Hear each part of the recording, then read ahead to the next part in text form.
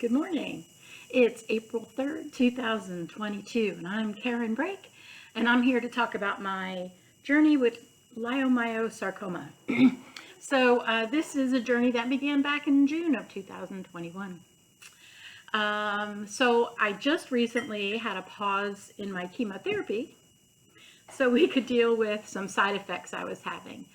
And so they did an ultrasound, an echocardiogram, and nothing was wrong except I had some edema and shortness of breath, which are two totally normal responses to chemotherapy.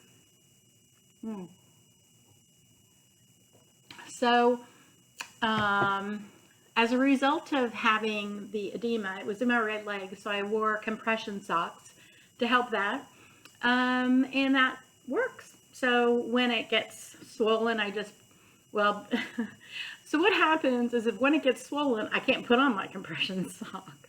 So I try to put it on in the morning when I'm expecting it to swell up. But that's just about, if I wear it one day and my leg doesn't swell up, it typically doesn't swell up the next day either. So I don't have to wear it. I don't know, maybe I should be wearing it all the time. I don't know. Anyway, so it didn't swell up, and then it does a couple days later. So I'm trying to figure that out so that I don't have to wear it every day. But it's working out. That's all I can do. So I will wear my compression sock as needed. The other thing was the ultrasound, and they did on my leg to make sure everything was okay in there, and it apparently is. And then they sent me for an echocardiogram. But here we are, a couple weeks later, still don't have the results. Now, there were a couple of things that happened that at the doctor's office, they didn't have the results. The hospital said they sent them, and then the doctor's office said I shouldn't have gone to the hospital, but that's where my doctor sent me. Anyway, it's been a whole thing. But in 2 weeks, you would think they'd have the results, but they did not have the results. The doctor did say, my oncologist said that if there was anything wrong, they would have called me and told me right away. So anyway, and then after that, because I had my chemo pause, that was good. Not just because of the side effects, but because of some other things that have been going on. So I went to the Mayo Clinic for my regularly scheduled scans, and I had felt a couple of lumps, 3 of them to be specific, and I told the oncologist the specialist, that I had felt the lumps, and he looked at the scans and said, "There's nothing here. You are NED. That's a win." So it's like, okay, but I still feel these lumps. And so he sent me, or I actually called earlier in the day to the oncologist, and he scheduled me for a biopsy. And so we went for the biopsi on a Thursday, and the biopsy, and that gynecologist couldn't do it that day because I was too sensitive. So he said, let's do this under anesthesia, and then if the tissue comes back with anything on it, then we can just operate right then and there. I'm like, okay. So he leaves the room and comes back and says, we can do it tomorrow or we can do it in 2 weeks. We're like, we'll pick tomorrow. So here we are in Jacksonville, and we're like, don't have any extra clothes, don't have any of our meds, all these things that we have to take when we get older. We have nothing of that. We were only going to expect it to be gone for a few hours, so we have a dog we had to make arrangements for. And anyway, so we did it the next day.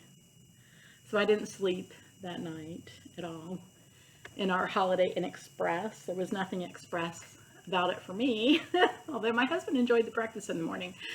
Anyway, so we went over, he took me over to the Mayo Clinic, and drop me off, because there are a lot of things you have to do before you get to surgery. You have to take a COVID test, and you have to have blood work, and you have to have a pre-op appointment so the doctor can say, okay, you had your COVID test, and all the checking the boxes. Anyway, so then I went over to surgery or outpatient surgery, the outpatient surgery area, and I was there really early because the blood test was quick, the pre-op was quick, everything was really fast. So, but the COVID test, that was different. So they usually like stick that thing up your nose, but I guess they're getting better at it because I didn't feel it up in my brain this time. So that was good. But she did ask me which side I preferred, the right nostril or the left. I said, I don't have a preference, or I prefer you to not do this at all, is actually what I said. And then I said, if you have to pick one, user's choice, you go ahead, pick it. Ha ha. Anyway, so the COVID test was not as well, it's never painful, but it wasn't as uncomfortable as it had been. So then they did the surgery, came back and said, all 3 lumps were benign, nothing to worry about, go on about your business. So we're happy to say I am cancer-free as of that date, the end of March. I think it was around the 28th or something like that, 24th, somewhere around there. Anyway, cancer-free as of that date. So I'm going back on chemo, right? I'm hoping this is what is slowing it down, because it was everywhere to start out with. Well, not everywhere, but Anyway, I'm going to resume the chemo in a couple weeks, and in April 15th, and hopefully get back on track so I can get all this chemo done with, and then we can wait and watch and see if it recurs, or when it recurs. So it's probably one of the few times in my life I'll ever say, I can't wait to start chemo again. Right? So that's my story. And all in all, I think it's been all great, absolutely divine timing, because when I went off chemo, I knew I had my scans coming up, and then I was feeling these lumps, and I was like, okay, so you have to be off of chemo for a couple weeks prior to having anything surgical done. And so at that point, I'd been off of chemo for 2 weeks, yay, and because of the side effects. So they said, we're going to take you off, and okay. Actually, it wasn't okay to begin with because I cried right there in the doctor's office. I'm like, why are you taking me off my chemo? This is important to me, and I have to stop this or at least slow it down. And they were like, you'll be fine. You'll be fine. We got to get rid of the side effects. So they're all gone now, except for the legs swelling up sometimes. Anyway, so I forget what I was talking about. Doggone it. Anyway, this helps, I'm sure. So anyway, I'm going to start chemo back again. Happy to start it again. But this is important to me because of all things, I got to slow this stuff down. So I got to go get my compression socks and put them on my chemo days. So when I go to the doctor, she's sort of say, that's good, or not the doctor, she doesn't see me during chemo, but the nurses there, they like to check in on you every few minutes. And that's good, that's totally good, but they'll be like, oh, I'm not wearing your compression socks. I'm like, okay. Anyway, I'm just so happy. One of the things I had not heard from Mayo Clinic was all 3 are benign. I'm like, yay, yay, yay. I don't know if that's because of the chemo. I don't know if it's because they were just not even cancerous, or, you know, whether they were the start of cancers. I don't know. So anyway, I don't know if it's because of the chemo or because I prayed hard or whatever, but I'm thankful, so very thankful that, that everything was NED, no evidence of disease. So I took a step that I hadn't done before. I made reservations for camping in September.